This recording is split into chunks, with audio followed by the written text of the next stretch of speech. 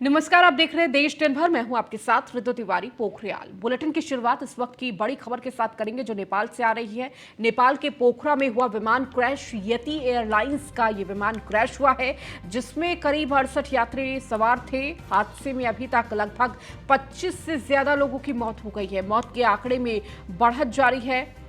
काठमांडू से पोखरा के लिए विमान ने उड़ान भरी थी।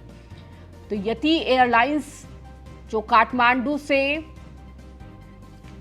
पोखरा की तरफ जा रही थी और देखिए लैंडिंग से पहले ही यह हादसा हो गया जिसमें हादसे में अब तक 32 लोगों की मौत हो गई है।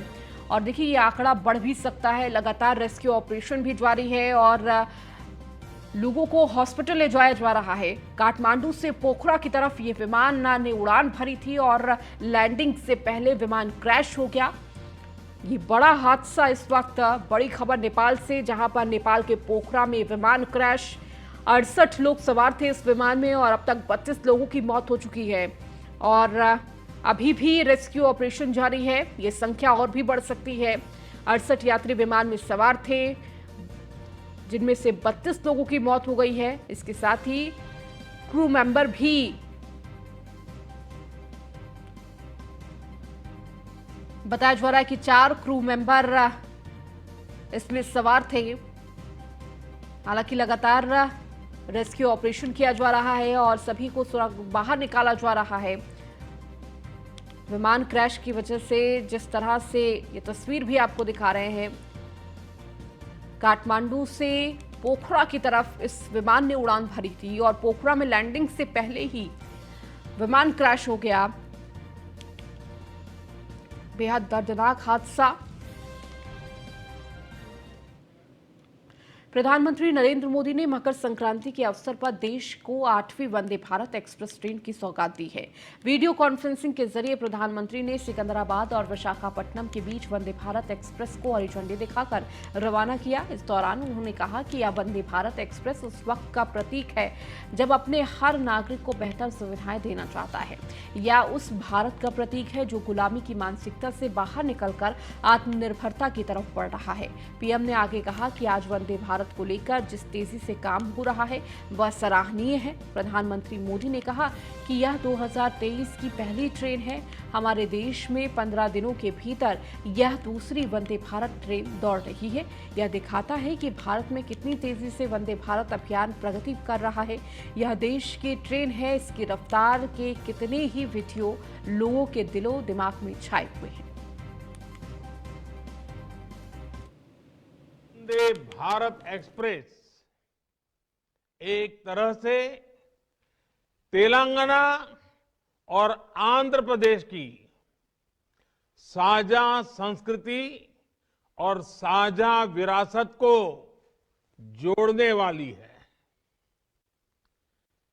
मैं तेलंगाना और आंध्र प्रदेश के लोगों को, विशेषकर इन राज्यों के मध्यम वर्ग को, निम्न मध्यम वर्ग को, उच्च मध्यम वर्ग को वंदे भारत ट्रेन की बहुत बहुत बधाई देता हूं। देश की रक्षा में, देश की सीमाओं की रक्षा में भारतीय सेना का योगदान,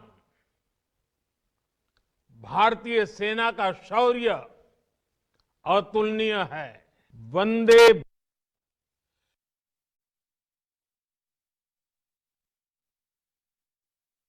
नए भारत के संकल्पों और सामर्थ्य का प्रतीक है।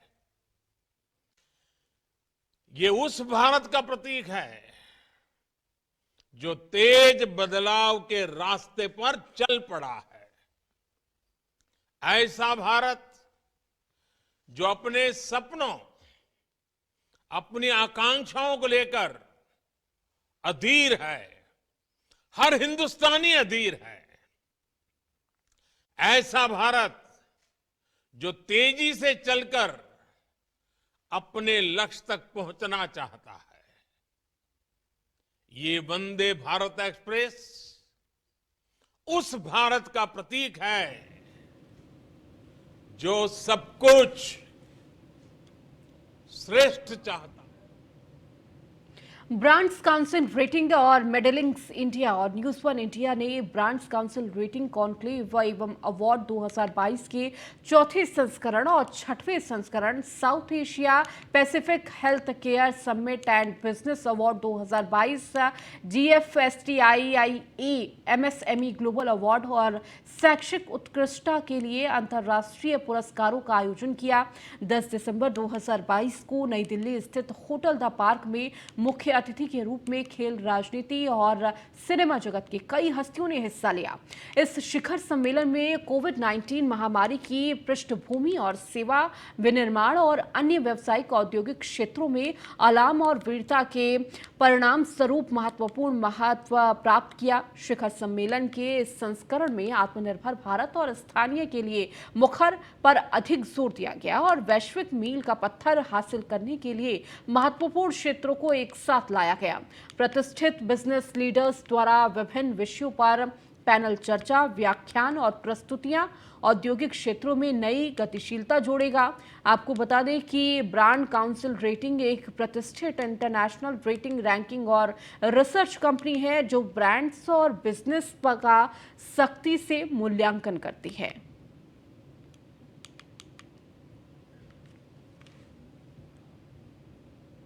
बिहार के शिक्षा मंत्री द्वारा रामचरितमानस के खिलाफ दिए गए विवादित बयान को लेकर विश्व हिंदू परिषद के कार्यकर्ताओं ने सुपौल के स्टेशन चौक पर विरोध प्रदर्शन किया और शिक्षा मंत्री का पुतला दहन कर उनके खिलाफ कार्रवाई की मांग की है।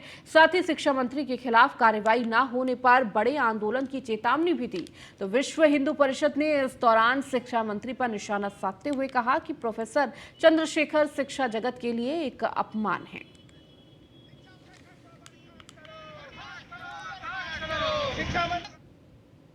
बिहार सरकार के शिक्षा मंत्री चंद्रशेखर ने नालंदा ओपन यूनिवर्सिटी के दीक्षांत समारोह में बड़बोलेपन का प्रदर्शन किया था। उन्होंने मनुस्मृति, रामचरितमानस और परम श्रद्धेय गोलवलकर जी की रचित पुस्तक है बंच ऑफ थाउट्स, उन्हें समाज को तोड़ने वाला बताया था। ये थोड़ा सा हास्यास्पद है कि वो कहते हैं मैं प्रोफेसर हूँ, पर जहाँ तक मुझे पता है कि भूपेंद्र नारायण मंडल विश्वविद्यालय में वे प्रोफेसर भी हैं, लेकिन उन्हें भाषा संबंधी कोई ज्ञान नहीं है। बिहार सरकार शिक्षा मंत्री है, शिक्षा मंत्री नहीं है। ये मान लीजिए लालू जी का जो है ना, ये वो स्पेशल कोटा का ये मंत्री है। इसको अपना ज्ञान तो कुछ है नहीं, कहने के लिए प्रोफेसर है। बंच ऑफ थॉट का अर्थ इसको अगर लग जाता तो मान लेते, समझ जाते ये प्रोफेसर है। इसको लगता है किसी भी किताब का ज्ञान नहीं। मैं व्यक्तिगत रूप से चंद्रशेखर को जानता हूँ, व्यक्तिगत रूप से जानता हूँ, लेकिन बंच ऑफ थॉट ये इन्होंने ठीक से पढ़ा ही नहीं और न उसका अर्थ इन्होंने समझा। अक्सर अपने बयानों को लेकर सुर्खियों में रहने वाले आरजेडी नेता तेज प्रताप यादव एक बार फिर से सुर्खियों में हैं। दरअसल तेज प्रताप यादव रोहतास पहुंचे थे, जहां मीडिया को संबोधित करते हुए उन्होंने नीतीश कुमार को नीतीश यादव कहकर संबोधित किया। उन्होंने कहा कि नीतीश कुमार यादव ने सभी मंत्रालय में अधिक से अधिक बहाली की बात कही है। हालांकि इस बीच उन्होंने फौरन अपनी ही बात को ठीक करते हुए कहा कि हम सब एक ही हैं और सभी भगवान कृष्ण के वंशज हैं।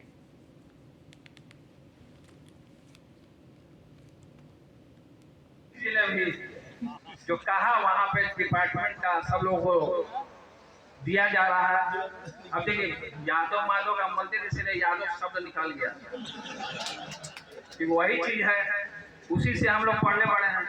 यही आप लोगों में दिक्कत है कि बात सुने नहीं, हंसने लगते हैं। तो रोजगार के क्षेत्र में जो है कि नियुक्ति पत्र हम लोगों ने अपने डिपार्टमेंट के जरिए कई एक लोगों को अभी फिर से निकलने वाला है। आप लोग नौजवान अप्लाई कीजिएगा, सब लोग का हो रहा है। टीचर वाला शिक्षा विभाग को जो चंद्रशेखर जी जो मंत्री है उसको देखने का काम करें। हमारे पास आना है तो पेड़ पौधा लगवाना है। पूर्व केंद्रीय मंत्री शरद यादव के निधन से बिहार के सियासी गलियारों में शोक की लहर है। मधुबनी के जैन नगर में शनिवार को आरजेडी नेताओं और कार्यकर्ताओं ने शरद यादव की तस्वीर पर पुष्प अर्पित कर 10 मिनट का मौन रखा और उन्हें श्रद्धांजलि दी। आरजेडी प्रखंड अध्यक्ष उमेश यादव ने शरद यादव के निधन को अपूर्णीय क्षति बताया। तो वहीं आरजेडी ने जिला उपाध्यक्ष शाद अहमद ने कहा कि देश के साथ बिहार के कुशल समाजवादी नेता को खो दिया है। प्रखर नेता, समाजवादी नेता, पूर्व केंद्रीय मंत्री शरद यादव जी आज हम लोग के बीच में नहीं रहे। ये बिल्कुल ही गरीबों के मसीहा, दलितों के मसीहा, अत्यंत पिछड़ा वर्ग के मसीहा। ये 1974 में हमारे कर्पूरी ठाकुर जी, लोहिया जी, आदरणीय श्री लालू प्रसाद जी, शरद जी, ये सब लोग बिल्कुल ही समाजवादी विचारधारा से। अब खबर जयपुर से है, जहां केंद्रीय वाणिज्य मंत्री ने सीएम अशोक गहलोत से की मुलाकात। G20 बैठक को लेकर की चर्चा। अशोक गहलोत ने G20 बैठकों के लिए सहयोग का दिलाया भरोसा। तो G20 बैठक को लेकर चर्चा की गई, जहां अशोक गहलोत ने G20 बैठकों के लिए सहयोग का भरोसा दिलाया है। तो केंद्रीय वाणिज्य मंत्री ने सीएम अशोक गहलोत से मुलाकात की।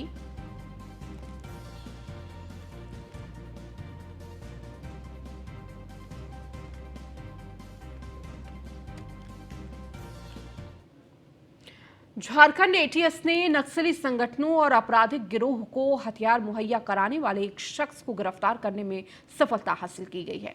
पकड़े गए आरोपी के पास से एटीएस ने एक पिस्टल और 150 कारतूस बरामद किए हैं। मामले की जानकारी देते एटीएस ने बताया कि आरोपी को बिहार के नालंदा से गिरफ्तार किया गया है।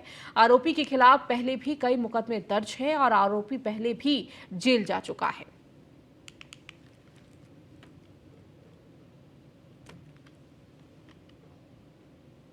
27 जनवरी को भारत और नीदरलैंड के बीच जेएससीए स्टेडियम में T20 मैच खेला जाएगा, जिसके लिए जेएससीए ने टिकट के दर जारी कर दिए हैं। टिकट की बिक्री स्टेडियम के वेस्ट गेट के नजदीक बने टिकट काउंटर पर होगी। आम लोगों के लिए टिकटों की बिक्री 24, 25 और 26 जनवरी को होगी। इसके लिए टिकट का दाम 1000 रुपए से लेकर 8000 रुपए तक रखे गए हैं।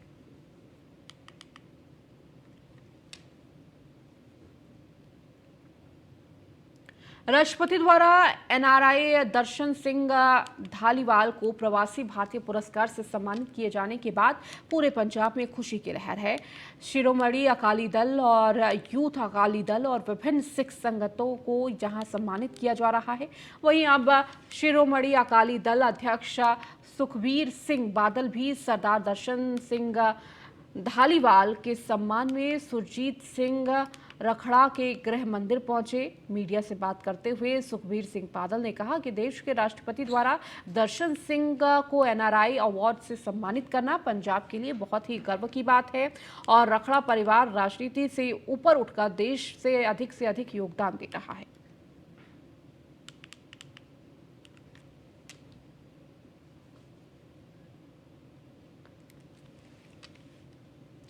सरकार द्वारा चाइना मांझे पर बैन लगाने के बावजूद पंजाब में चाइना मांझे की बिक्री लगातार जारी है। इसके कारण आए दिन हादसे की खबर निकलकर सामने आ रही है। ताजा मामला समराला का है, जहां पर चाइना मांझे की चपेट में आने से एक मासूम गंभीर रूप से घायल हो गया। खबरों की माने तो मासूम गुरुद्वारा श्री कटाना साहिब से अपने परिवार के साथ घर लौट रहा था और इस बीच उसने पतंग देखने के लिए कार से बाहर सिर निकाला। तभी चाइना मांझे के साथ उड़ती पतंग उसके चेहरे से आकर टकराई और मासूम का चेहरा बुरी तरह से कट गया, जिसके बाद फौरन मासूम को इलाज के लिए अस्पताल में भर्ती कराया गया, जहां 70 टाँकों के बाद डॉक्टरों ने उसकी सर्जरी की। ਸਾਡਾ ਹਰਜੋਤ ਸਿੰਘ ਨਾਮ ਹੈ ਉਹਦਾ। ਹਾਂਜੀ, ਘਟਨਾ ਹੋਈ ਸੀ, ਕਿੱਥੋਂ ਆ ਰਹੇ ਸੀ? ਅਸੀਂ ਗੁਰਦੁਆਰਾ ਸਾਹਿਬ ਤੋਂ ਆ ਰਹੇ ਸੀ ਮੱਥਾ ਟੇਕ ਕੇ।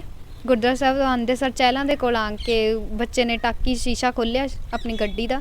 ਸ਼ੀਸ਼ਾ ਖੋਲ੍ਹਦੇ ਸਾਰ ਬਾਹਰ ਨਿਕਲਿਆ ਤੇ ਉਹ ਡੋਰ ਪੈ ਗਈ ਉਹਦੇ ਮੂੰਹ ਦੇ ਉੱਤੇ ਆ ਕੇ। ਕਿੱਥੇ ਲੱਗੇ ਉਹਦੇ? ਗੱਲ ਤੇ ਲੱਗਿਆ ਤੇ ਕਿੰਨਾ ਕੁ ਡੀਪਲੀ ਕੱਟ ਸੀਗਾ ਜੀ? ਕੱਟ ਬਹੁਤ ਡੀਪਲੀ ਲੱਗਿਆ, ਜ਼ਿਆਦਾ ਸੱਟ ਵੱਜੀ, ਬਹੁਤ ਜ਼ਿਆਦਾ। ਬੱਚੇ ਨੇ ਪਤੰਗ ਦੇਖਣ ਲਈ ਕਾਰ 'ਚੋਂ ਮੂੰਹ ਬਾਹਰ ਕੱਢਿਆ ਤੇ ਉਹ ਚਾਈਨਾ ਡੋਰ ਉਹਦੇ ਫਿਰ ਗਈ, ਜਿਹਦੇ ਕਰਕੇ ਉਹਦੇ ਇੰਜਰੀ ਹੋਈ ਹੈ। ਪਰ ਬੱਚਾ ਛੋਟਾ ਹੈ, ਇਸ ਕਰਕੇ ਪੇਰੈਂਟਸ ਨੇ ਇਹ ਸੋਚਿਆ ਕਿ ਉਹਦੀ ਪਲਾਸਟਿਕ ਸਰਜਰੀ ਹੋ ਜਾਏ ਤਾਂ ਕਿ ਉਹਦਾ ਫੇਸ ਵਗੈਰਾ ਤੇ ਜਿਹੜਾ ਉਹ ਦਾਗ ਵਗੈਰਾ ਨਾ ਪੈਣ। ਉਸ ਗੱਲ ਨੂੰ ਲੈ ਕੇ ਡੀਐਮਸੀ ਦੇ ਵਿੱਚ ਉਹਦੀ ਪਲਾਸਟਿਕ ਸਰਜਨ ਨੇ ਸਰਜਰੀ ਕੀਤੀ ਹੈ। ਮੇਰੀ ਡੀਐਮਸੀ ਵੀ ਗੱਲ ਹੋਈ ਹੈ। पंजाब में चाइना मांझे की बिक्री पर रोक लगाने और इससे होने वाले हादसों को लेकर आम आदमी पार्टी की ओर से जागरूकता अभियान चलाया गया है। इस दौरान आम आदमी पार्टी के कार्यकर्ताओं ने डोर टू डोर जाकर लोगों से चाइना मांझा बेचने और खरीदने पर रोक लगाने की अपील की है।